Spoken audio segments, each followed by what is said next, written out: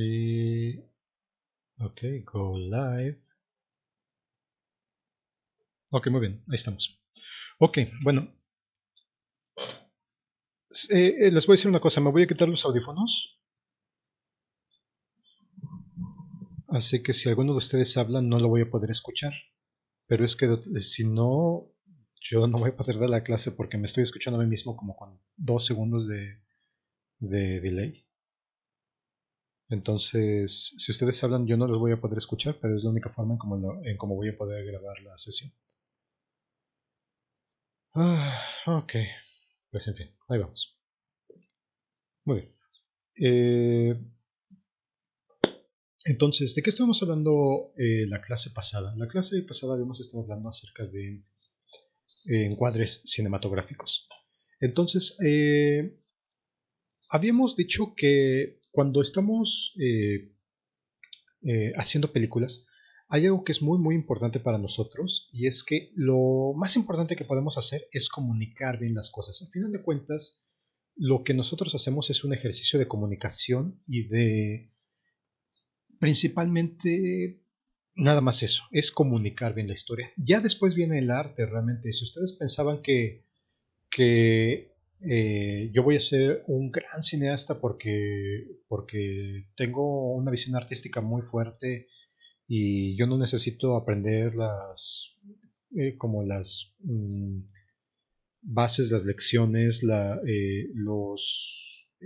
reglas de cine, pues yo creo que estarían muy, muy, muy equivocados. Realmente el, el hacer cine se trata mucho más de hacerlo bien que de hacer arte. Ya después con el esfuerzo que te sobra ya puedes hacer arte, pero realmente si no haces bien la parte técnica, no va a servir de nada el arte porque nadie lo va a entender.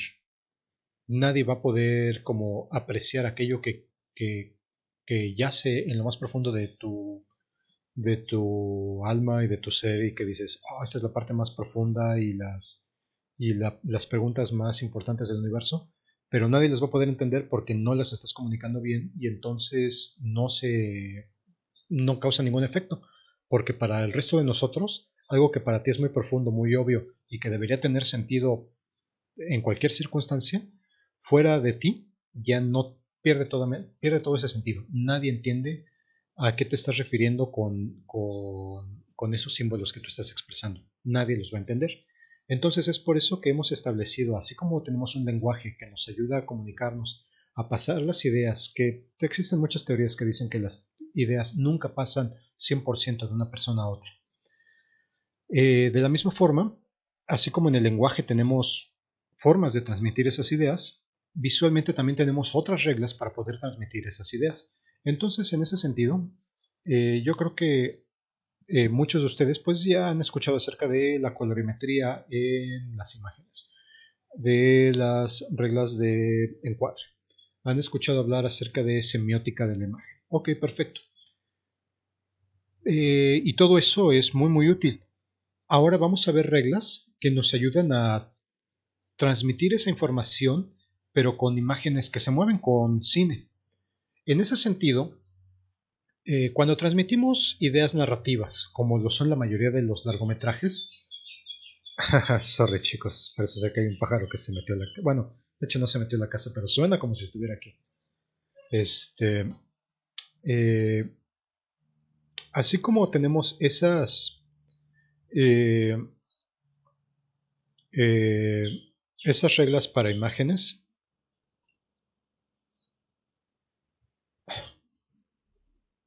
así como tenemos esas reglas para imágenes, también tenemos las reglas para la cinematografía. Y en ese sentido, la gran mayoría de los largometrajes se estrelló contra las ventanas. Rayos. Ok, muy bien. En ese sentido, perdón, la mayoría de los largometrajes son narrativos.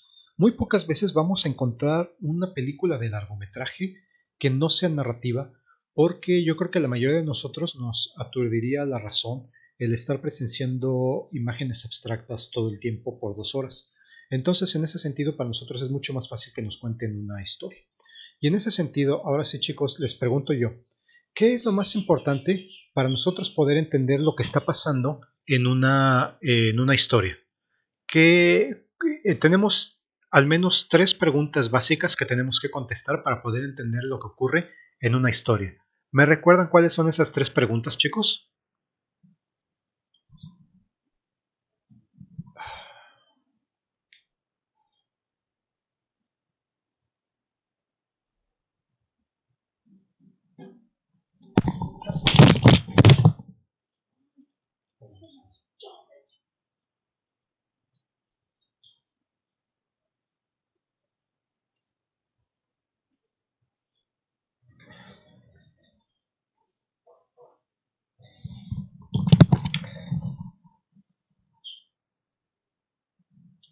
Excelente, chicos, así es. ¿Dónde, quién y qué? Esas son las preguntas que necesitamos contestar para poder saber qué es lo que está ocurriendo en una película. Si no damos esa información antes de que nuestro espectador empiece a preguntarse las cosas, va a ocurrir ese efecto donde a nosotros nos despiertan del sueño. La gran mayoría de las veces ustedes están viendo una película y no se dan cuenta de lo que está pasando a su alrededor. Están tan absortos en esa película que es como si esa película fuera la realidad. Eh, no, no nos damos cuenta de que estamos viendo la vida de alguien más a través de un cuadrito de una pantalla donde estamos viendo cosas que no es la realidad, que no están secuenciados igual que la realidad. ¿Por qué? Porque nos están contando una muy buena historia de una muy buena forma. Pero ¿en qué momento pasa que ustedes se despiertan de ese sueño? Chicos, les pregunto yo, ¿cuál es la peor película que ustedes han visto?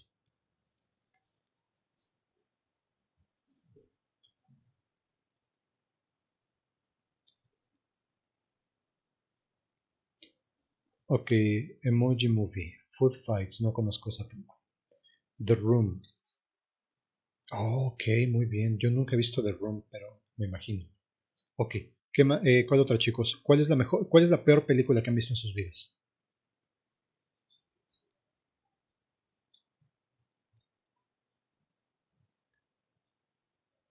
¿Nadie? Ok, bueno. Entonces, pues trabajemos con las que nos proporciona Tirán. Tirán, entonces tú dices que una de las peores películas que has visto ha sido The Emoji Movie o The Room. Ok, ¿por qué te parece una de las peores películas, digamos, The Room? Yo no la he visto, pero dime. Ok, habla.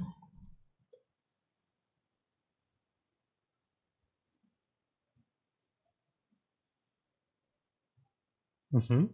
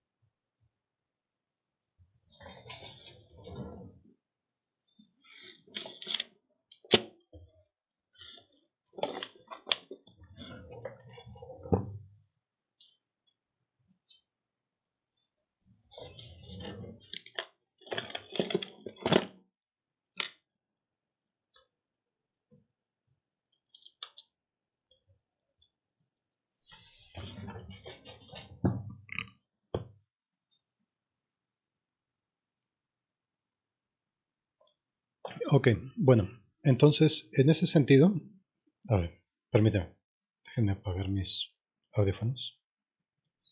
Ok, bueno, en ese sentido, fíjense que no tengo aquí material de una película que sea muy muy mala, donde podamos ver lo mala que es, pero de alguna forma, una película es mala cuando nos deja de parecer real. Cuando algo de lo que vemos eh, no está aportándonos información suficiente, cuando es aburrida, cuando nos está aportando información, ¿cuál es la palabra? Reiteradamente, ¿cuál es la palabra? Que es redundante. Cuando una película suspende esa creencia de que es la realidad.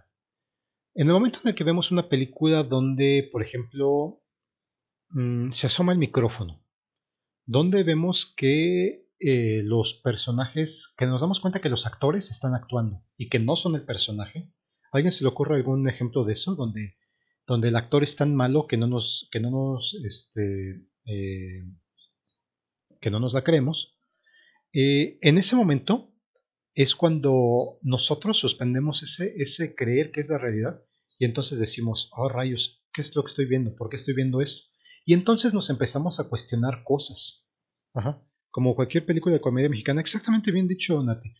¿Por qué? Porque estas películas realmente los actores no nos convencen, no nos parece que sean reales. Y entonces, ¿cuál es el efecto inmediato que causa? Que empezamos a preguntarnos cosas que no son de la historia.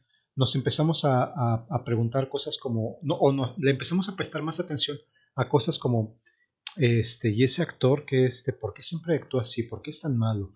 O ¿por qué esa cosa no la creo?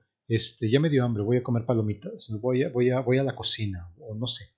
El asunto está en que una película cuando una película deja de parecernos que es real, es que no nos convence. Y en ese sentido, algo que tiene mucho que ver con el creer la realidad es el hecho de que nosotros sepamos lo que está pasando. Hay muchas ocasiones donde hay películas que no sé si sean malas o no, pero nos confunden. Películas como, ¿qué les parece? um, Need for Speed. Esa es una película muy muy mala que entre muchas otras cosas tiene actuaciones poco convincentes, pero también tiene escenas de acción que son ilógicas, que son irreales. Oh, también qué les parece la película de Hitman, por ejemplo. Hitman también está llena de escenas que son completamente ilógicas, no tienen ningún sentido, y en ese sentido hace que nos preguntemos, ¿pero por qué está pasando esto? Cuando nosotros no recibimos información de quién está haciendo las cosas, de qué es lo que tratan de obtener, es que ya no nos parece lógica la película y entonces despertamos del sueño y entonces nos parece mal. ¿Ok? Es cuando las cosas ya dejan de parecernos lógicas. Por eso es que nosotros tenemos un lenguaje cinematográfico que nos lleva de la mano junto con él, o que nos permite llevar al espectador de la mano para poder entender nuestra película antes de que él se pregunte las cosas.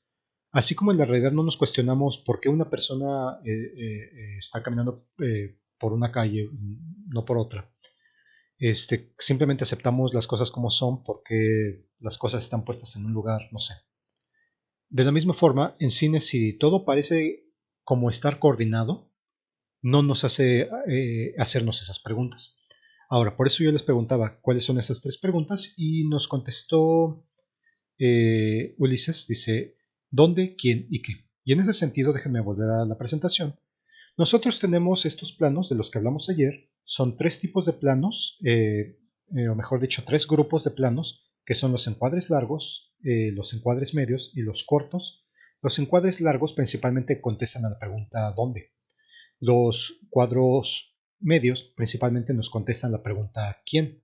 Y los cuadros cortos nos contestan principalmente la pregunta ¿qué está haciendo nuestro personaje? ¿Dónde está pasando la acción? ¿Quiénes están haciendo las acciones? ¿Qué es lo que están haciendo? Ok, entonces teníamos que los cuadros largos son estos como en plano general. Plano general. Ayer ya hablamos de las utilidades de ellos. Déjenme ver quién está presente. Ok, bueno, en ese sentido déjenme recapitular muy rápido. Cuadros largos es para decir dónde es la ciudad, dónde es el ambiente, dónde se está dando la acción, en qué planeta, qué país, qué universo, cómo es el planeta donde viven nuestros personajes. en plano general es el lugar donde está transcurriendo la acción ahora sí en sí misma, ya sea por ejemplo no sé si sea un edificio de gobierno o un museo, pero eso nos va a poner en contexto de dónde está pasando la acción, ¿no? Es como, por ejemplo, ¿dónde transcurre la acción de Duro de Matar, chicos? O a lo mejor es una película muy vieja para ustedes. ¿Dónde transcurre la acción de, digamos, una película más reciente como... ¿Dónde transcurre la acción de Black Panther, por ejemplo? No, bueno, es que son varias ocasiones. Principalmente, ¿cómo se llama? Wakanda, ¿no? Digamos. Ok, sí, sí, sí. Pero nada más me refiero a un lugar, a una película que transcurre en un solo lugar, en una sola locación. Y no puedo recordar alguna. Este. No puedo recordar alguna, pero la del tigre y el niño. Ah, no, ok, muy bien. Muy buen ejemplo, muy buen ejemplo, Tirón. Ok. Life of Pi. No, esa no, no. Este, en la de Life of Pi, por ejemplo, ¿no? O Pi, no sé cómo se pronuncia. En esa película, la historia transcurre principalmente en una lancha, ¿no? Entonces, pues realmente no hay mucho que mostrar de la lancha, pero lo primero que mostramos es que cuando empiezan las acciones de la lancha, lo primero que mostramos es la lancha para saber que ahí es donde va a transcurrir la acción y no hay nada más. Después ponemos otra toma del océano y vemos, no hay nada cerca. Entonces la acción no puede transcurrir en ningún otro lugar, ¿sale? Por ejemplo eso. Por cierto, para los que no conocen esa película, en Duro de Matar toda la acción transcurre en Nakatomi Plaza, que es un edificio nuevo que están inaugurando, y entonces en ese sentido, este, lo primero que vemos, así como en este gran plano general, es Nakatomi Plaza. Ok, bueno. Después pasamos ahora al plano de conjunto, donde vemos a todos los personajes que estén interactuando. Entonces, en ese sentido, aquí vemos, puede ser un plano como en que es un plano medio, o puede ser un plano más largo, donde todos los personajes estén más chiquitos, pero queremos ver a todos los personajes que van a interactuar en la escena en cuestión, en cada escena, ¿eh? De hecho, en este sentido, esta toma de gran plano general solamente lo usamos una vez al principio de la película, principalmente, puede cambiar por supuesto, pero principalmente, y este plano general lo vamos a usar cada vez que iniciamos una nueva escena, sobre todo cada vez que iniciamos una nueva escena en un lugar que no conocemos todavía. Una vez que la película ya transcurrió una escena en esta locación, ya a lo mejor no necesitamos volver a mostrarlo. Ok, plano de conjunto, toda escena va a empezar con un plano de conjunto principalmente, porque queremos ver quiénes son parte de esta escena, porque si estás viendo una escena y de pronto salen personajes que no sabías que estaban ahí, pues te vas a sacar de dónde vas a decir, ¿y ese de dónde salió? ¿No? Ok, plano entero, donde queremos ver qué es lo que trae nuestro personaje de pies a cabeza, porque queremos saber qué es lo que... permítanme un momento. Es que tengo que ver yo mi propio... Me gustaría ver mi propia transmisión y no la estoy viendo. No sé cómo hacer eso. Bueno, ni modo. Eh, en el plano entero lo que quiero ver es eh, qué es lo que trae nuestro personaje para que así sepamos qué podemos esperar de él de acuerdo a su vestuario, ¿no? Por ejemplo, qué tipo de armas trae este personaje en particular o qué tipo de vestimenta y qué tipo de discurso nos estamos haciendo de ese personaje. Después pasamos al plano americano, donde decíamos que era donde vemos las manos del personaje para que desenfundara sus pistolas. Como el nombre indicaba, plano americano se hizo para esas películas de vaqueros, donde lo importante era ver al personaje desenfundando sus armas. Ok, aquí voy a hacer una pausa y les voy a preguntar ahora a ustedes, chicos, ¿cuál es la regla de oro para escoger un encuadre? ¿Qué es lo más importante para nosotros saber cuál es el encuadre que corresponde en cada ocasión? Hay una regla muy lógica, muy simple para determinar eso. ¿Cuál es? Ayer platicamos de eso.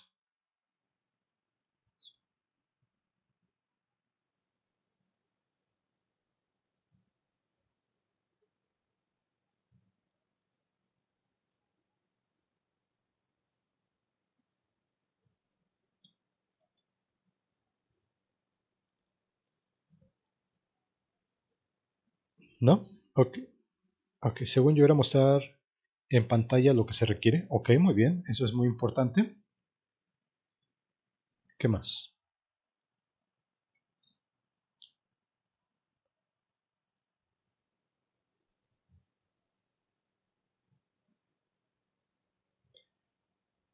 ¿No era la regla áurea en función? No. Bueno, o sea, sí es una regla áurea, pero no, si te refieres a las proporciones, no. Describir las acciones de los personajes, sí tienes razón, Adriana, pero hay algo mucho más importante. Tiene que ver con el plot de la película. Exactamente, Ulises. Muy bien. Siempre vamos a mostrar en pantalla, siempre vamos a hacer el encuadre más corto, más pequeño que podamos, para poder mostrar mejor la emoción de los personajes, el rostro de los personajes, pero mostrando aquello que están haciendo. Entonces, un personaje que está haciendo una manualidad, vamos a poder mostrarlo en cuadro medio, porque sus manos están cerca de su cintura o de su pecho. Entonces ahí podemos mostrar un plano entero. Si el personaje está corriendo, entonces por mucho que querramos enfocarnos en la cara, tenemos que mostrarlo de cuerpo entero para mostrar cómo está corriendo.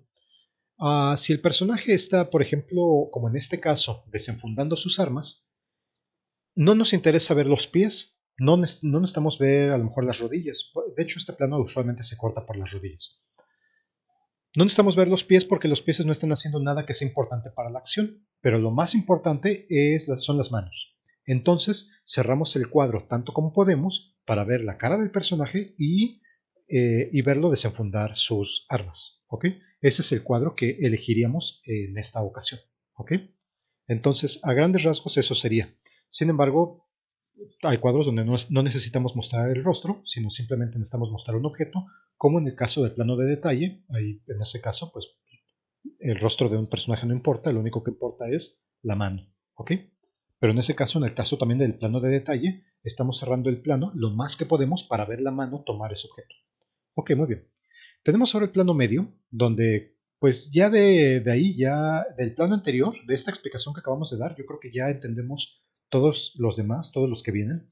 El plano medio es donde cortamos al personaje por la cintura cuando el personaje está haciendo algo con sus manos que cabe dentro de la pantalla, más arriba de su cintura, porque ahí no necesitamos mostrar más abajo, ¿no? Tenemos este otro plano que se llama plano medio corto. Si ven este plano, el plano anterior se cortaba por la cintura, este plano se corta por los codos, y de ahí pasamos a este primer plano, donde pues lo único que nos interesa es ver la reacción del personaje. Aquí podemos ver un poquito de las manos porque nos interesa ver que está aplaudiendo, pero de ahí en fuera no nos interesa nada más. ¿Qué pasa con el plano anterior, este de Ron? Vemos que aquí el personaje, es muy importante ver el rostro del personaje, su angustia, como, o no, qué va a pasar. Y tenemos este personaje aquí de esta rata. También como es importante también para la toma, necesitamos mostrarla.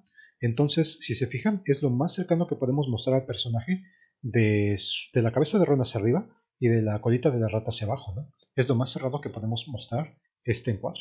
¿Ok? Aquí lo único que necesitamos es el rostro. Este se llama primer plano y es el plano, o en inglés se llama, este, primer plano se llama, se me olvidó, se llama, mm, se me olvidó cómo se llama en inglés, ahorita se los averiguo. Y y es posiblemente uno de los planos más usados en el cine, porque siempre queremos saber cuando los personajes están hablando y que no están haciendo nada con sus manos, pues lo que nos interesa es ver qué tan elocuentes son para decir lo que están diciendo, ¿no? Entonces, cuando los personajes hablan, normalmente los vemos en primeros planos. Ok, este se llama primerísimo primer plano y decíamos ayer que es un plano para acentuar todavía más las emociones de los personajes, pero decíamos también que es un plano un poquito incómodo porque pues a veces es como que muy invasivo, ¿no? Pero pues a veces es muy útil para mostrar esas emociones. Ok, plano de detalle, ahora sí, cuando tenemos algo que es muy importante, queremos mostrarlo lo más cercano que podemos, como es este picaporte, para quienes hayan visto de Matrix, saben que es muy importante, y cuando una persona toma un objeto que va a ser importante para la siguiente escena, para lo que sigue de la escena o para el resto de la película, A lo mejor queremos ver cómo toma ese objeto en particular para ver, para darle esa importancia. Mira, este personaje tomó este objeto. ¿Sale? Muy bien. Bueno, pues eso es lo que estuvimos, a grandes rasgos, ayer lo vimos en como una hora, pero hoy lo vimos en 15 minutos. ¿Cuáles son los planos que de los que habíamos estado hablando ayer? Ahora, vamos a pasar a otro tema que se va a llamar angulaciones de cámara. Ok, muy bien. Entonces, angulaciones de cámara, eso va a ser algo muy importante para nosotros para poder determinar eh, eh, dónde vamos a poner la cámara en nuestra escena de Maya o si están haciendo cortometrajes live action, dónde van a ubicar su cámara en el mundo real. Ok, muy bien. Entonces, también hay una regla de oro muy sencilla para poder determinar dónde va la cámara. ¿Alguien se imagina cuál puede ser esa regla de oro? ¿Qué angulación necesitamos para la cámara? Bueno, no sé si alguien vaya a escribir, pero mientras tanto déjenme les digo que eh, la angulación de la cámara tiene un discurso, tiene un simbolismo. Entonces, en ese sentido, el simbolismo es muy importante para decidir dónde vas a ubicar la cámara. Pero de hecho les dije que había una regla, pero creo que hay dos reglas para decidir dónde se pone una cámara y con qué angulación.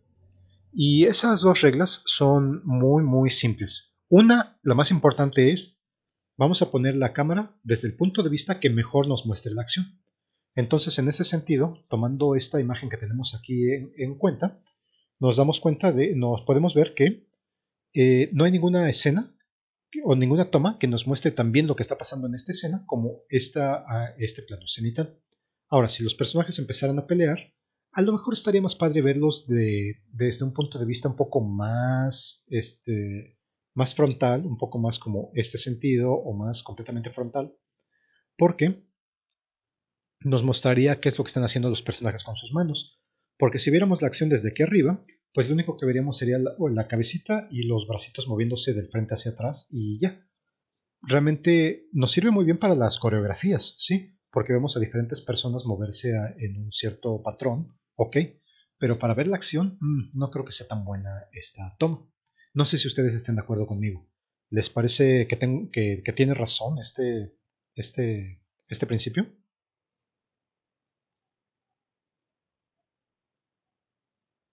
¿O alguien tiene alguna otra idea? Ok, muy bien. Ahora, hay una segunda regla para determinar cuál es la angulación que nosotros tenemos que escoger. Y eso es de acuerdo a la lógica de la escena y desde dónde veríamos nosotros la escena. ¿Ok? Vamos a pasar a la siguiente toma. Esta toma del plano cenital nos muestra muy bien esas formaciones de estos ataques, de estos mafiosos, yakuzas, o de una escena de baile, por ejemplo, la acción de un campo de fútbol. Muy bien, para eso nos serviría muy bien, pero para otras cosas no estoy tan seguro. Este otro plano también es elevado, se llama plano picado, cuando la cámara está como viendo hacia abajo. Ok, entonces lo que estamos haciendo es que estamos viendo al personaje desde de arriba hacia abajo. En este sentido funciona no solo, bueno, de alguna forma funciona porque nosotros con nuestra altura normalmente veríamos a este gato de arriba hacia abajo. ¿Ok? ¿Qué pasa en películas donde todos los personajes tienen la misma altura, como en Epic, por ejemplo, que es una película de duendes y haditas? Pues que otra vez nos ponemos a la altura de ellos, ¿no? Como si nosotros fuéramos uno de ellos. Películas como Pets, por ejemplo, donde todos son mascotas, pues también nos ponemos a su misma altura.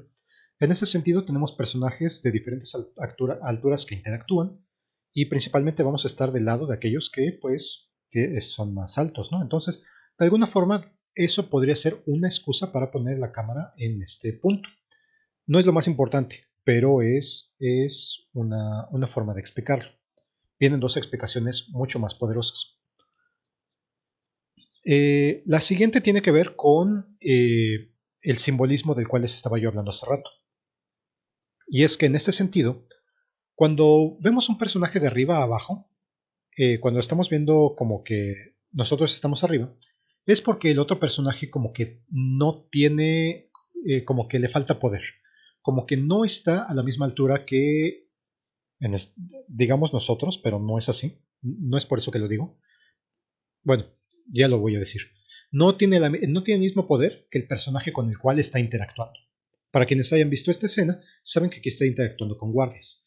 Como este personaje está a disposición de lo que los guardias decidan, por eso lo vemos de arriba abajo. Esa es una forma eh, eh, eh, simbólica de explicar el por qué estamos usando este plano. Otra forma más de explicarlo es porque los guardias con los cuales está interactuando son más altos que él. Entonces, estos personajes son quienes lo ven a este gato, al gato con botas, lo ven de arriba abajo. Y es por eso que lo estamos viendo así. Por algo que vamos a ver un poquito más adelante, que se llama ley de las correspondencias. De hecho, creo que podemos verlo en este plano y en el que sigue. La ley de las correspondencias dice que a un plano le corresponde su contraparte. Entonces, cuando vemos nosotros a este gato, ¿qué es lo que vamos a ver a continuación? Vamos a imaginar, en el cuadro que sigue no tengo los guardias, pero vamos a imaginarnos que estuvieran los guardias.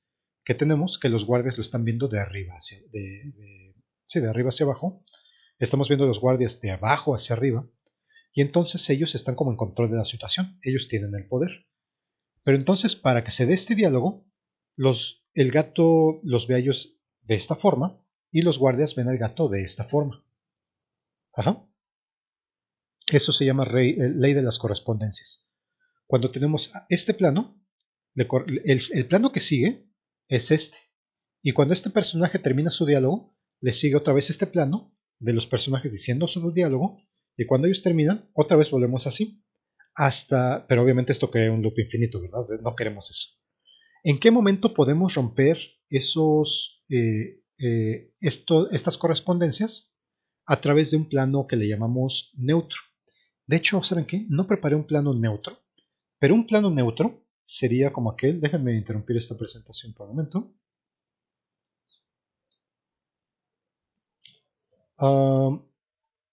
Un plano neutro sería como aquel en el que los personajes estuvieran interactuando no desde el punto de vista ni de uno ni de otro, sino de alguien completamente diferente. Déjenme buscar otra vez un plano neutro.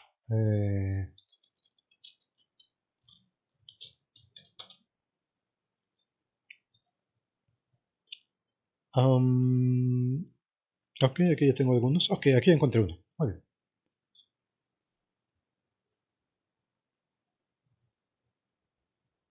Este es un plano. Ah, rayos, ¿por qué no lo puedo descargar?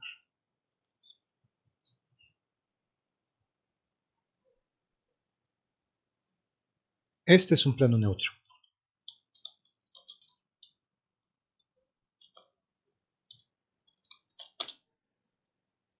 Neutro.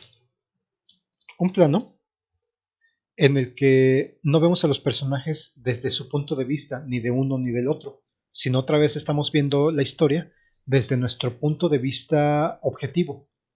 Los dos planos anteriores de alguna forma se pueden considerar subjetivos, que son o del punto de vista de uno o del punto de vista de otro, y este plano se le considera objetivo, donde vemos la historia desde nuestro punto de vista como espectador, como alguien que no está siendo parte de la historia.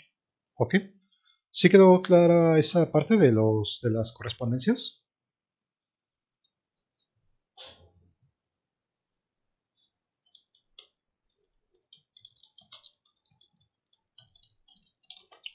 ¿Sí? Ok, muy bien. Déjenme ver si tengo por aquí ahora un ejemplo de overshoulder con correspondencias. Parece ser que sí encontré uno. Parece ser que sí tuve esa suerte. Uno, dos. Estoy contando las correspondencias que estoy viendo en este video, que creo que es tres. Ya con esto, ya. Ya con esto. Se los voy a mostrar. Muy bien. Ahí va. Eh, Caray, no. Es este de aquí. Muy bien. Ok. Este es un plano de correspondencias de una película que se llama No Country for Old Men, que es por cierto un gran peliculón loco que deberían ver si no lo han visto. Seguramente ahí lo han visto. Muy bien, ahí va. Entonces, si están viendo este video, van a ver que tenemos aquí a dos personajes que están hablando. Ok, no tengo aquí sus diálogos, ahí están, digamos, ¿no? Entonces, si lo ven, este plano, primero vemos lo que ve un personaje y luego vemos lo que ve el otro, siempre por encima del hombro. Esto que me sirva para hablar de, ¿cómo se llama este plano? Déjenme poner pausa. Este plano se llama overshoulder. El plano overshoulder se usa para ver qué es lo que está viendo un personaje sin que estemos viendo a través de sus ojos. Saben que ustedes han visto que hay planos donde podemos ver a través de los ojos de los personajes y que para donde voltea vemos eso, ¿no? Este plano no, este plano es un poco más cinematográfico, más en el que no nos pone en el papel de alguien, sino que nos sigue poniendo en el papel de nosotros como espectadores imparciales, omnipresentes de la historia. Y en ese sentido, este plano nos sirve como para entender más o menos qué es lo que el personaje está viendo en el otro personaje. Y pues aquí estamos viendo que este personaje está viendo a un personaje muy hostil, que es este, no me acuerdo cómo se llama este personaje, pero sí es un personaje muy bárbaro, que no quisiera encontrarme en la vida real. Y y aquí nos damos cuenta de cómo se está imponiendo este personaje al otro, ¿no? Regresamos a al otro overshoulder, que es lo que está viendo este asesino en este tendero, pues que está tratando de explicar algo, ¿no? Donde había visto a una persona, ¿no? Si se fijan como este diálogo, como toda la escena ha transcurrido overshoulder, overshoulder, overshoulder, overshoulder. Eso es porque, déjenme dejar transmitir, eso es porque así es como se maneja ese lenguaje, donde nosotros pasamos de lo que un personaje al otro, en tanto sigan hablando, en tanto esa siga siendo la relación que existe entre ellos. En el momento en el que queremos dejar ese loop de overshoulder, overshoulder o de picado contra picado, vamos a pasar a un plano como este que les puse aquí, ¿de qué película es esta? Inception, ¿no? Eh, donde tenemos a los dos personajes hablando uno enfrente del otro, ¿no? Ok, voy a regresar a la presentación.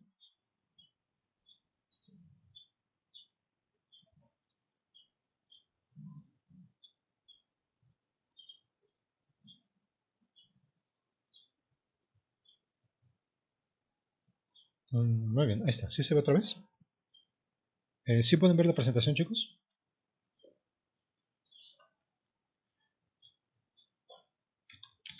Ok, muy bien. Ahora, entonces, este plano se llama contrapicado. Perdón, se llama picado. ¿Ok? Lo estamos haciendo de arriba abajo.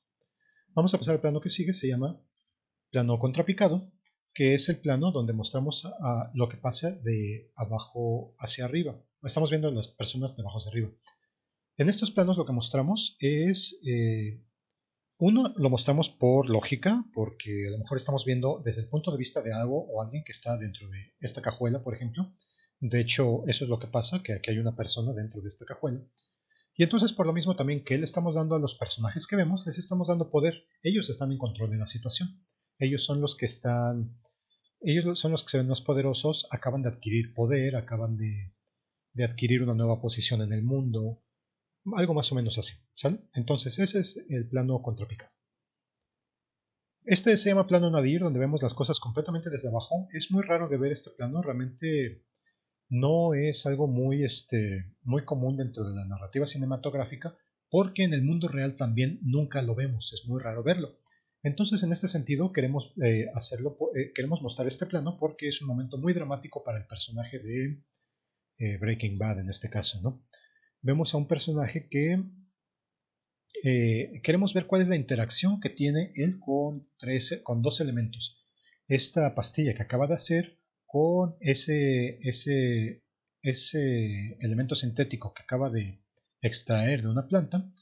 Y entonces él está admirando su obra, su pequeña cápsula de veneno. Y entonces en ese sentido, por eso queremos verla de esta forma. Eso es una forma muy creativa de comunicar algo en menos imágenes, porque podemos haber tenido una imagen para ver el polvo, otra imagen para verlo a él sosteniendo la pastilla y otra para ver a Walter White y su reacción, ¿no? Pero entonces en vez de tener tres tomas, alguien dijo, ¿por qué no hacemos uno donde se ven las tres cosas al mismo tiempo? Y entonces pues creó esta pequeña obra maestra de narrativa cinematográfica donde vemos un plano muy inusual para una solución muy creativa de mostrarnos no solo esas tres piezas de información, sino que al mostrarnos la reacción del personaje frente a este elemento que acaba de crear, pues entonces le da como que otro nivel de dramatismo, ¿no? Eh, al, al estar viendo el mismo objeto y la reacción que produce en el personaje al mismo tiempo. Que eso es algo de lo que hablamos hace un rato. El poder mostrar la reacción de un personaje es lo más importante que hacemos en cine.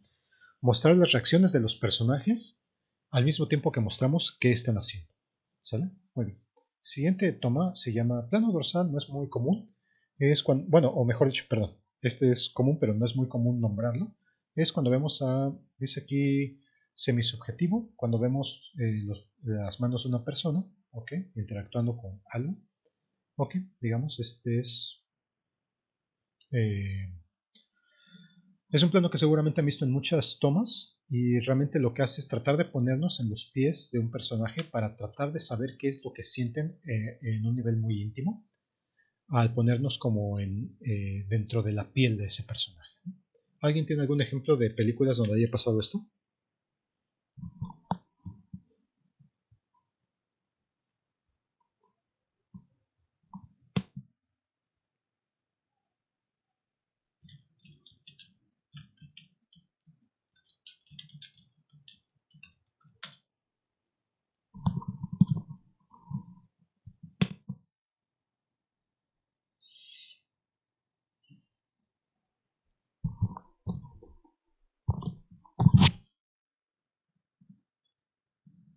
Ok, muy bien. Una película que yo recuerdo que donde se utiliza esto puede ser, por ejemplo, Pi, el orden del caos, por ejemplo, es una película que tiene mucho ese elemento. Pero estoy seguro que hay muchas otras. El Resplandor, seguramente también el Resplandor lo tiene, muy buen ejemplo. Aunque no recuerdo un momento en específico donde lo tenga, pero seguramente hay muchos. Eh, y seguramente en películas de ensoñación como en Dark City, donde el personaje sueña con esta chica constantemente. O ya sé, ¿qué les parece precisamente esta película que pusimos aquí arriba? La de Inception. Seguramente es una toma que tiene, perdón, seguramente es una película que tiene al menos una de esas tomas. Precisamente cuando el personaje sueña con esa casa donde aún vive el recuerdo de sus hijos, ¿no? Ok, muy bien. Entonces, siguiente plano. Este es el plano del cual estamos hablando hace un momento. Este plano lo vemos en videojuegos, claro que sí. De hecho, precisamente esa es la idea de esos videojuegos, el ponernos en la piel de ese personaje para decir, nosotros somos ese personaje. Y de hecho, en ese sentido, tengo una toma que les voy a mostrar en un momento de uno de esos videojuegos. Fíjense, curiosamente, esta también es una película con Leonardo DiCaprio, ese es un overshoulder de la película, me parece que este es de Titanic. Ok, muy bien. Overshoulder. Este plano, dice también plano subjetivo, ahí eso no le hagan caso. Es un plano donde el overshoulder, como les decía, nos permite ver qué es lo que ve una persona en otra. Hace un momento veíamos cómo un personaje estaba siendo amedrentado por otro, pero aquí lo que vemos son dos personajes que a lo mejor se atraen. De hecho, no es lo que aparece en esta toma, pero posiblemente eso es lo que está pasando, ¿no? Am, la razón por la cual ponemos estos planos aquí por encima de los hombros es para nosotros poder seguir viendo al personaje dentro de la pantalla, para nosotros asegurarnos de que no nos queremos ser ese personaje, sino que seguimos siendo testigos como eh, imparciales de la historia que se cuenta. ¿Sale? En ese sentido queremos saber qué es lo que le dice un personaje al otro y queremos escuchar cuáles son sus reacciones con todas las deficiencias que pueden tener unos y otros, con todas las fallas morales o fallas de juicio que podemos tener. En ese sentido queremos seguir viéndolos como seres humanos. Ok, bueno. Después tenemos estas otras inclinaciones que se llaman planos de perfil. Ok. Planos frontales. El plano frontal es el plano neutro por excelencia. Siempre que ustedes se pregunten ¿Cómo puedo pasar de este plano overshoulder a plano overshoulder a overshoulder, overshoulder a overshoulder? Y después quiero cambiar a un plano, a cualquier otra cosa. Usualmente pasamos a través de planos de conjunto, planos generales del área donde están, o pasamos a planos frontales como estos que se les consideran planos neutros. De hecho, este también sería un plano neutro, pero en este sentido no. ¿Saben por qué? Porque se parece mucho al overshoulder. O sea, si tú pasaras de este overshoulder a este, es nada más como si hubieras girado un poquito la cámara. Entonces realmente no se siente muy bien. Pero pasar de este plano al que les puse yo en esta imagen de aquí arriba, de Leonardo en Inception, pues ya se siente como que más natural, ¿no? Pasar de ese a este, no tanto. Pasar de ese a este, también como que no mucho, pero podría funcionar. Pero pasar al que les puse arriba, ese se funciona. Muy bien. Esto pertenece a, me parece que movimientos de cámara, no sé si también se considere angulación de cámara. Se llama flip over, donde la cámara empieza en un punto y acaba de cabeza respecto a sí misma la cámara, ¿no? Ok, principalmente como para sorprender al espectador, realmente no la usamos mucho con mucho simbolismo cinematográfico, o de hecho si tuviera algún simbolismo cinematográfico, sería precisamente el ver algo extraordinario o algo que no es normal, porque de hecho este plano no es muy normal verlo en la vida real. Ok, tenemos este otro que se llama plano holandés o plano, este, o plano, no recuerdo cuál es, o plano aberrante, donde vemos eh, el plano inclinado respecto a al plano horizontal. Aquí lo vemos inclinado. Normalmente se ve precisamente, normalmente lo vemos cuando estamos tratando de comunicar algo que se ha vuelto inestable, algo que ya no es como normal, que está saliéndose de lo cotidiano. Y en ese sentido, rayos, yo quería recordar cuál era una escena muy muy importante de una película que acabo de ver, donde usaron este plano y no puedo recordarlo. ¿Alguno de ustedes, chicos, recuerda una película donde se usa este plano? Mm, Matilda, ok, no recuerdo, pero no sé si nos puedes describir la acción. Pues creo que lo estás haciendo. Okay.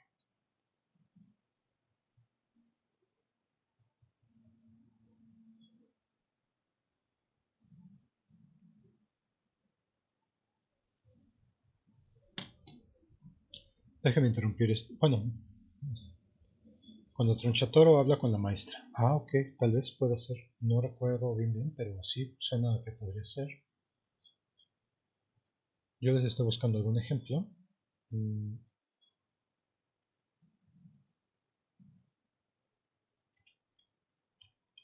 um,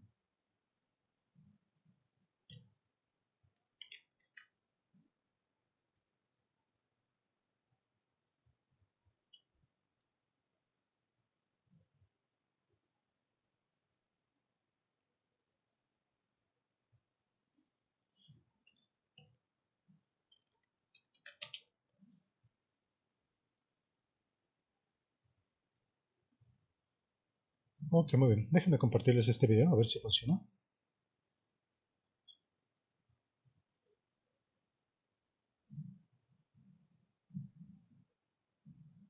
Voy a compartirles otra cosa diferente.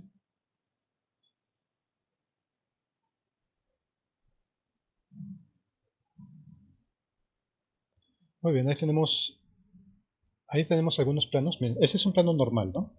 Las cosas se están viendo de frente y todo está normal, ¿no? Ahí está un poquito inclinado, ok. Ahí está un poquito como para indicar en qué tipo de espacio están entrando. Ahí se ve que el espacio era irregular, entonces por eso estaban usando ese plano inclinado. Vamos a ver en qué otras formas se usan. Ok, este personaje está completamente en drogas, entonces ya no es normal la escena porque el personaje no está viendo la realidad objetivamente. Y después vemos a esto, algo muy importante que es cuando el personaje entra a un universo. Déjame regresarle. Cuando este personaje, cuando entra a un universo en el que ya no quiere estar, fíjense cómo la cámara se empieza a desviar, porque las cosas ya no son normales. Ok. Yo no sabía este dato, que este plano fue inventado por los alemanes en la época del expresionismo, lo cual no suena muy normal. Ok, este es otro personaje que está loco, entonces también por eso su plano está completamente como inclinado, precisamente para mostrar esa, esa falta de la realidad.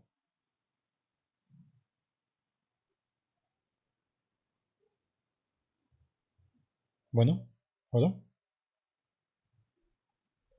Ah,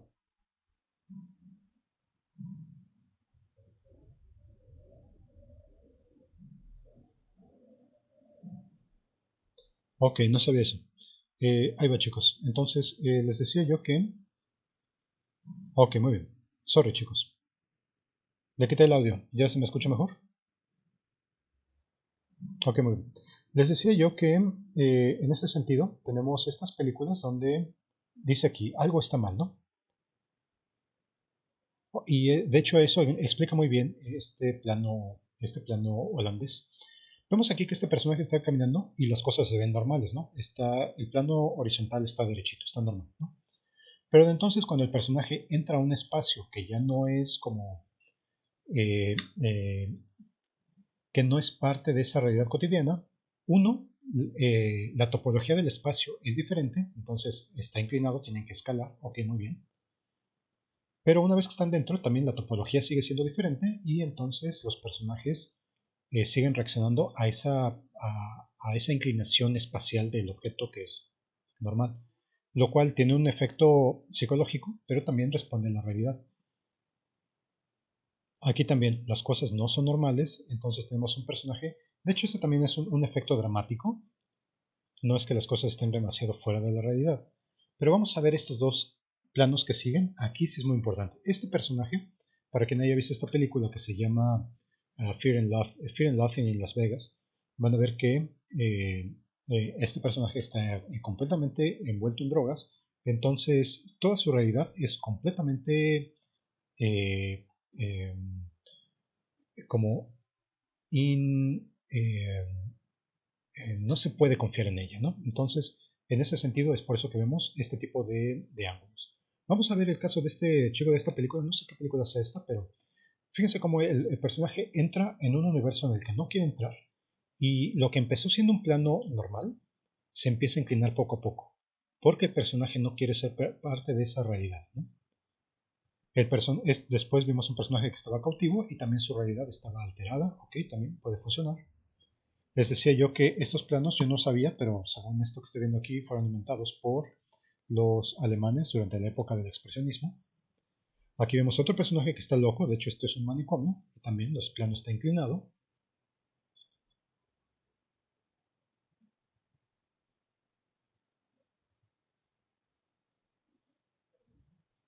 Ok, planos que se van inclinando. Ok, como para cambiar la forma en cómo vemos esa realidad, ¿no? Ok, bueno, déjenme cortar el video. Entonces ese fue el plano holandés. Yo nada más quería mostrarles un ejemplo de cómo la cámara se vuelca, cómo le da vueltas la cámara. Y en ese sentido, eh, yo nada más quería mostrarles una toma y la de este chico que se va acercando al altar, esa me pareció muy buena. Eso es lo que yo quería expresar. ¿Sale? Entonces, pasamos a que sigue, chicos. Nada más quiero ver que sigan ahí. Es lo único que quiero saber. Ok, muy bien. Después tenemos otros planos que se llaman planos objetuales, que es cuando estamos viendo las cosas desde el punto de vista de un objeto, como en este caso este retrato, view. Y tenemos este otro plano que se llama punto de vista o POV, que es cuando vemos exactamente lo que ve un personaje hacia donde quiera que se mueva. Y entonces en este sentido, pues ahora sí, hace rato que estamos hablando de videojuegos, este es pues el plano de POV por excelencia, ¿no? Que es diferente al plano dorsal, ¿no? En el plano dorsal solamente vemos una mano, mientras que vemos una fracción del personaje, mientras que en este plano POV vemos completamente qué es hacia dónde se mueve y qué es lo que está viendo, hacia dónde voltea, ¿no? Eh, de hecho, normalmente el plano dorsal no se va a usar mucho. Casi siempre va a ser este POV. ¿Ok? Ok, muy bien, sorry. Muchas confusiones el día de hoy. Ok, muy bien. Entonces, les decía, este es el punto de vista de un objeto, donde vemos las cosas desde el punto de vista de este retrete. Ok, muy feo. Y este es el plano subjetivo, llamado también POV o PDB, punto de vista, donde vemos lo que ven los personajes, ¿no? Y pues, ¿qué mejor juego para identificarlo que Mirror's Edge, ¿no? Ok, muy bien. Después tenemos otros planos que también son muy poco usuales, ¿eh? Estos que los que les voy a hablar a continuación. Subjetivo voyeur, que es cuando vemos las cosas a través de una cerradura o por debajo de las sábanas de una cama. Y estos que se llaman planos indirectos, que es cuando vemos las cosas a través de una superficie reflejante como un espejo, cosas así.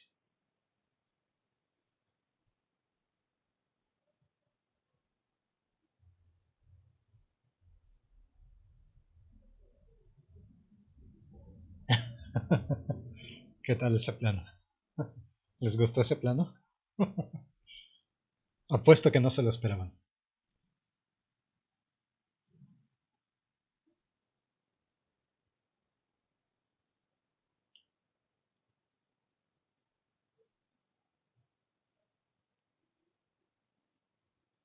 Ah, ¿qué tal? Planos indirectos se llaman esos. Seguramente los han visto mucho más fácilmente cuando vemos las cosas a través de un reflejo de un espejo, algo mucho más simple, o el reflejo en el agua para ver como personas caminando a lo lejos. Entonces, esos son planos indirectos. ¿Sale? Muy bien. No vi mucha respuesta de ustedes, entonces a lo mejor yo pensé que esto los iba a impresionar. A mí y a todos los alumnos quienes se los he mostrado antes les ha impresionado, pero pues me imagino que no es exactamente lo mismo. Ok, muy bien. Después tenemos estos, se llaman... ¿será por eso? Ok, muy bien. Es por eso. Muy bien. Cámara en mano, muy bien. Se filma sin trípodes, da esa sensación de como realidad, estar siendo parte de la escena.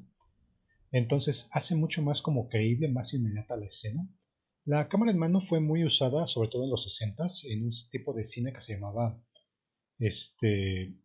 Cinema Verité, que inventaron los franceses en la Nueva Ola Francesa, y hacían esto, muy de grabar lo que pasaba, como si fueran cinematógrafos amateurs o como si fueran como reporteros, ¿no? Eso es cámara en mano. Ok, voy a pasar a que siga. Ok, entonces vamos a hablar ahora de movimientos de cámara. Principalmente tenemos eh, la cámara puede avanzar y retroceder, y le llamamos dolly. La cámara puede subir y bajar, lo cual normalmente yo le llamo up o down, pero aquí le llaman boom, no sabía eso, pero sería como boom up o boom down, yo le llamo crane up o crane down. La cámara se mueve de lado a lado, también se le puede llamar truck, digamos, entonces sería truck left o truck right. Después panea, gira, cuando hace truck se mueve sobre rieles de izquierda a derecha. Cuando panea, la cámara solo gira, se mantiene en su posición. Cuando hace tilt, la cámara se mantiene en su posición, hacia arriba, hacia abajo. Y cuando hace roll, este es un movimiento muy, muy raro, donde la cámara se inclina sobre sí misma, ¿no? Donde como que se acuesta la cámara. Son movimientos muy raros esos de roll. Ok, muy bien. Entonces, mmm, tenemos movimientos de paneos. Estos son paneos. Cuando la cámara gira sobre su eje, de un lado hacia otro, para dejarnos ver las cosas, ¿no? Y déjenme interrumpir la presentación. Ya se interrumpió, ¿verdad? ¿Stop streaming? Ok, está. Muy bien. Déjenme ver si encuentro algún video para hablar acerca de movimientos de cámara.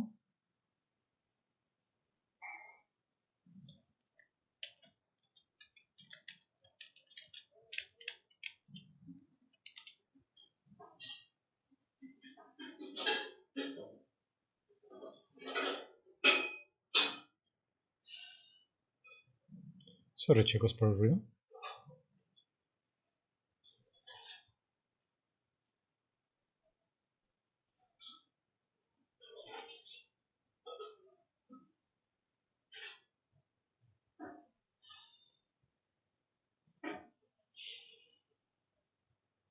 Muy bien, creo que este puede funcionar. Ahí les va, ahí les va el link.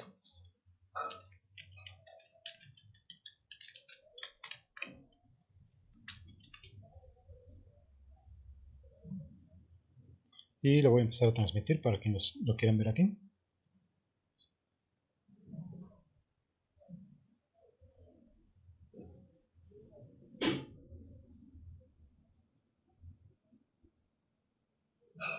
Muy bien, ahí va. Movimientos de cámara. Muy bien, ahí va. Lo voy a empezar a transmitir para quienes lo quieran ver aquí en vivo. Ahí va. Ok, no sé por qué pone eso de mujeres desesperadas, pero bueno, en fin. Ahí va.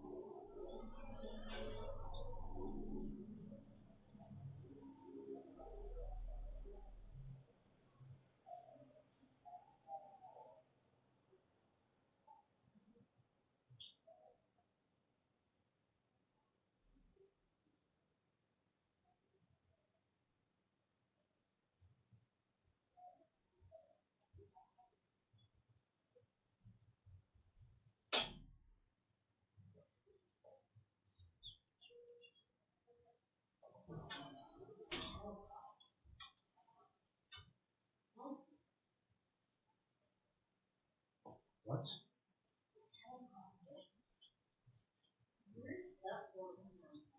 Yes.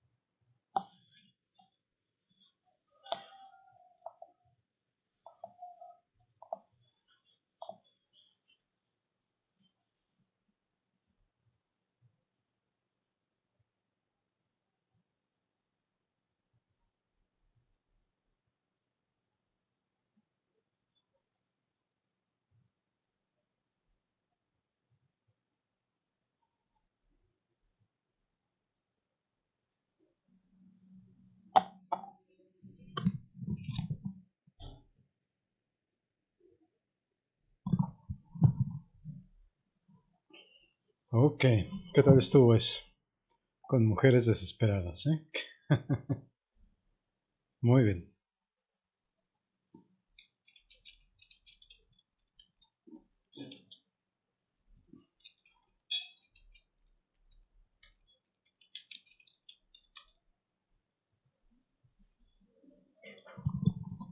Bueno, en fin, pero principalmente tiene muchos movimientos, pero principalmente, sí, exacto, demasiados.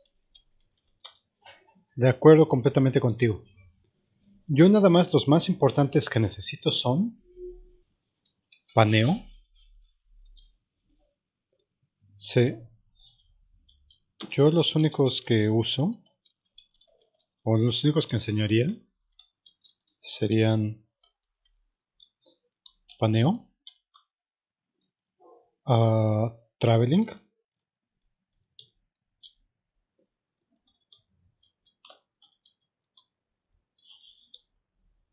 eh, dolly,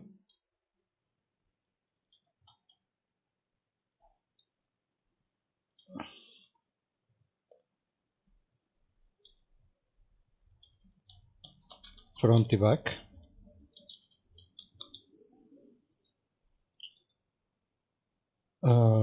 tilt,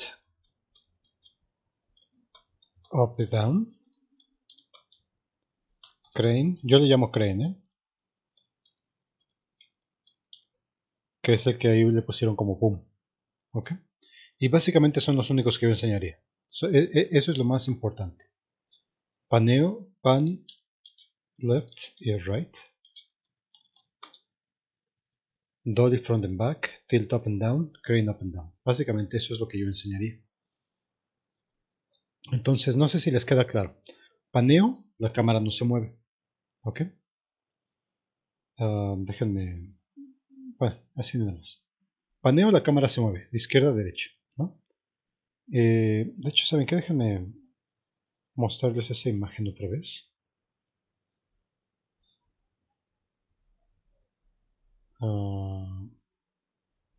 Save as picture. Stop, save.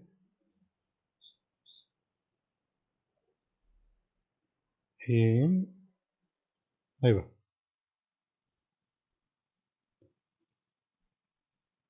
Ahí están los movimientos. ¿Sale? Y más o menos vieron los efectos ya en cine. ¿Ok? Y entonces ya con eso ya platicamos. ¿Sí me escuchan, chicos? Ok, muy bien. Entonces, ya con eso ya platicamos de encuadres, que van desde los planos, desde el plano general hasta el primer plano. Llamado close-up, era la palabra que estaba buscando hace rato. Y plano de detalle, ¿no? Hablamos de inclinaciones.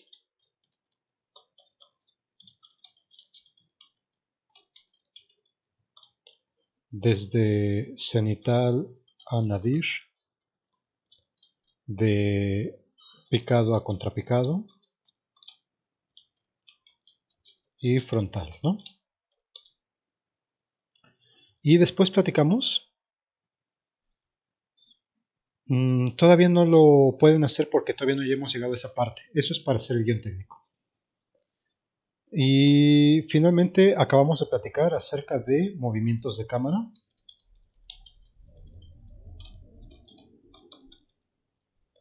que son estos de los que ya hemos platicado hace un momento.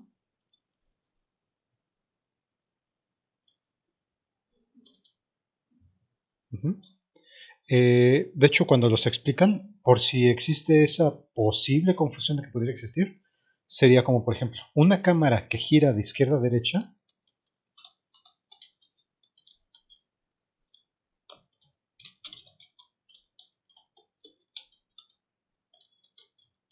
hace un movimiento llamado pan right, ¿no? O pan derecha. Ujú. Si la cámara se mueve junto con un auto, por ejemplo,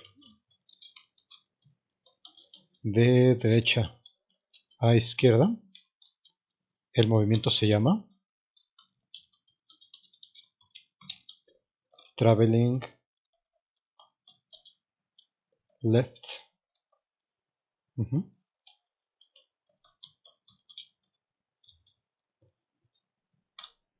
Ok. Y así, ¿sale? ¿Sí se entiende? ¿No queda dudas en ese sentido?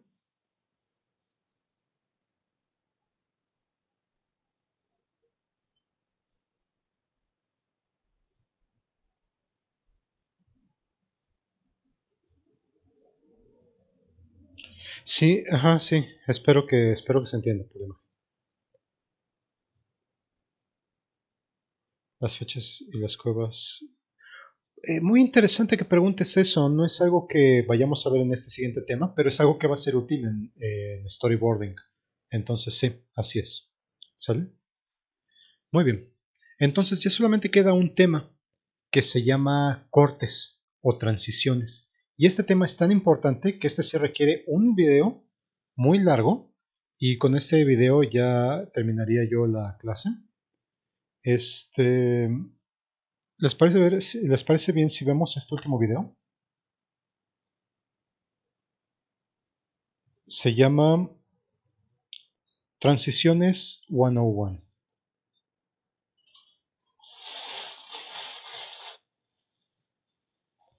Espero que mi computadora no explote por grabar este video. Nunca me imaginé que iba a grabar en mi computadora un video de 2 horas.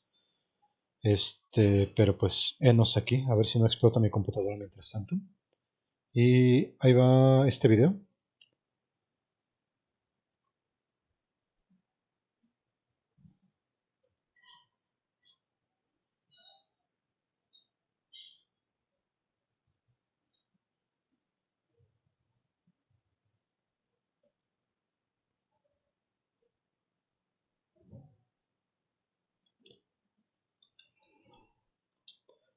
Ahí va. Transiciones 101.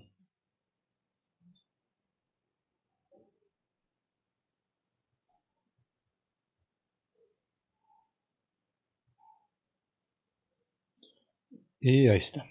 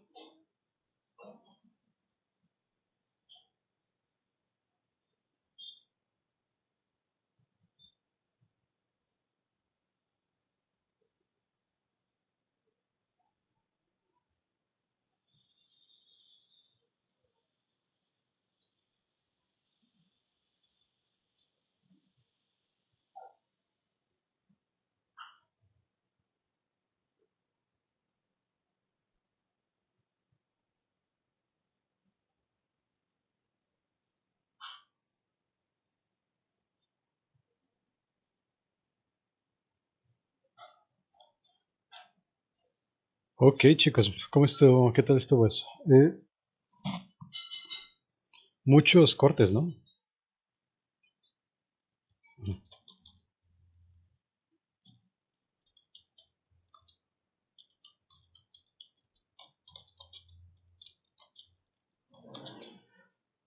Ahora, también demasiados, pero no tantos como los movimientos. Sí, así es. Y más importante aún, todos estos sí me parecen muy lógicos, necesarios. Ahora, de estos solamente tenemos tres que son importantes, que son corte A, que es cuando tenemos una escena y pasa a la que sigue, simplemente se acaba una y empieza otra. Después tenemos fundido A o fade to, que es cuando un plano se disuelve en el que sigue. Ajá, también se le llama disolvencia, también llamado mm, disolvencia. ¿Ok? Y finalmente, estos que sí son importantes, J-cut y L-cut. ¿Sí se entendió lo que eran J-cut y L-cut? ¿Alguien puede explicarme qué son J-cut? ¿Alguien puede decirme qué es un J-cut o L-cut?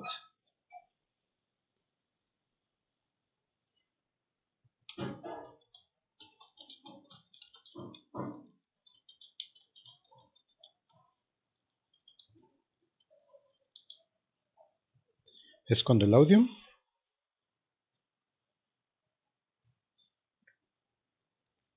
viene de atrás y lo arrastran hacia adelante. Ok, más o menos. Sí, sí, sí. Es una forma un poco rara de explicarlo, pero sí, sí, sí, tienes razón.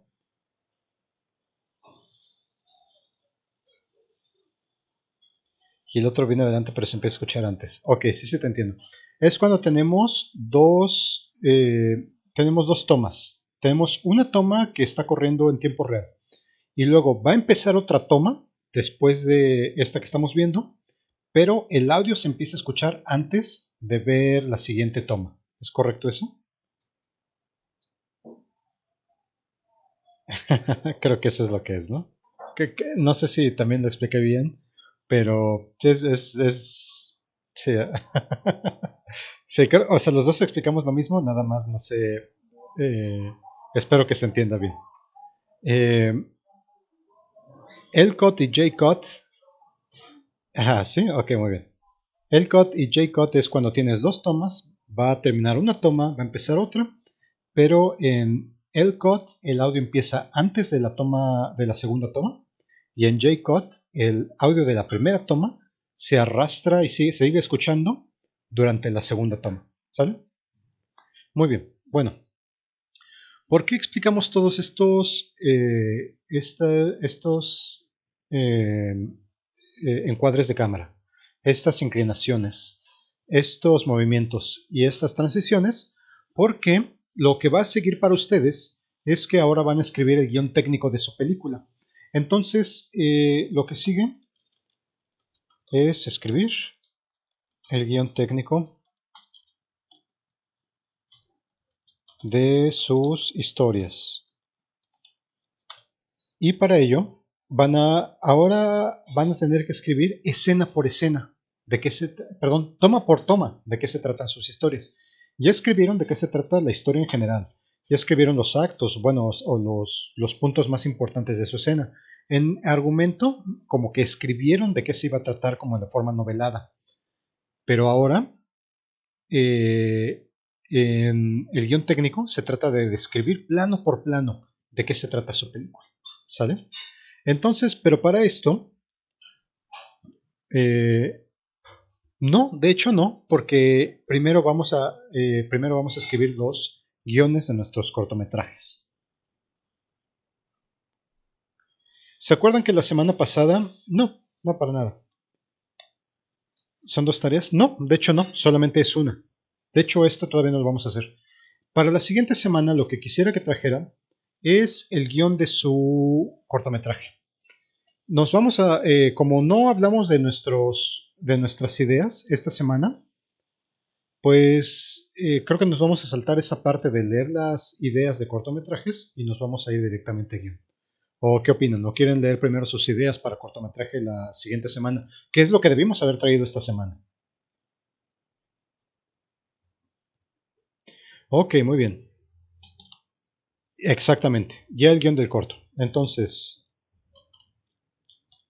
tarea para la siguiente semana.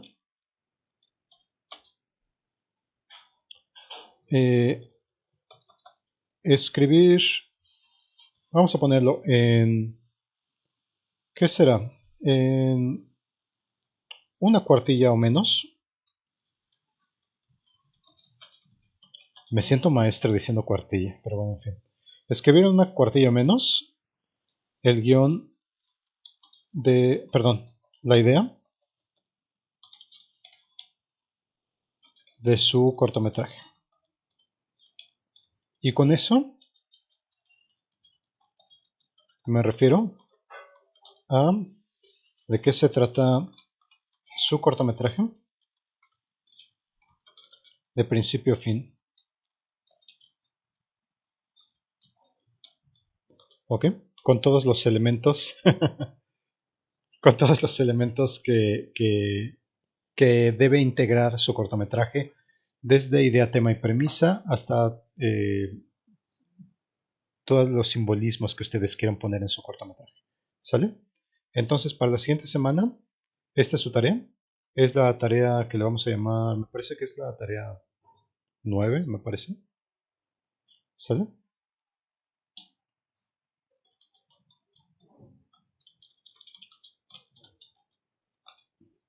Muy bien. Entonces, traemos eso para el siguiente lunes, ¿les parece, chicos?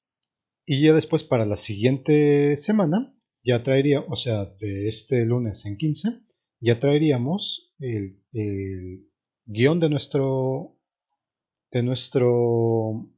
cortometraje y el guión técnico, ¿sale?